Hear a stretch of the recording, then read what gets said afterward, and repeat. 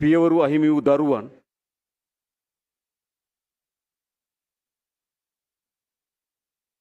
දරුවන් අහිමි වූ දෙමව්පියන්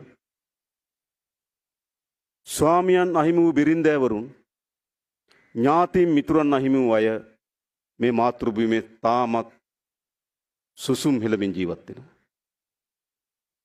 මා දකිනවා විටක මේ ලියා තිබෙන නමක අසල තමගේ පුතාගේ නම තිබෙනවාද? තමගේ ස්වාමියාගේ නම තිබෙනවාද?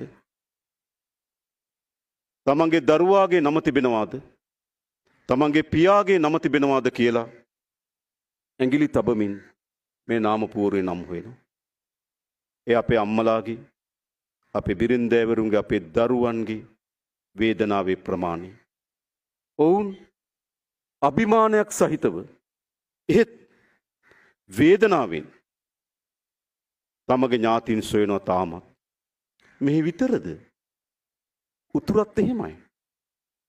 තමන්ගේ දරුවා, තමන්ගේ ස්වාමියා අහිමි වූ අය ඡායාරූපයක් පාරේ තබාගෙන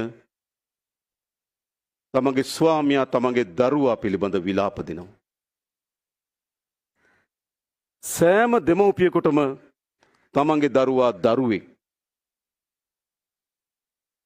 උනහපොළුවට තමන්ගේ දරුවා මැණිකක්. ඒකයි ඇත්ත.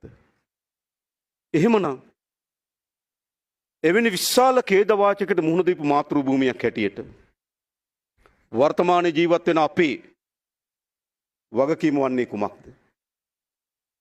අපේ වගකීම වන්නේ යලි එවැනි පන්නේ යුද්ධයක් අපේ රට තුල ඇතිවීම වැළැක්වීම මේ මොහොතේ ජීවත් වෙන අපේ වගකීම.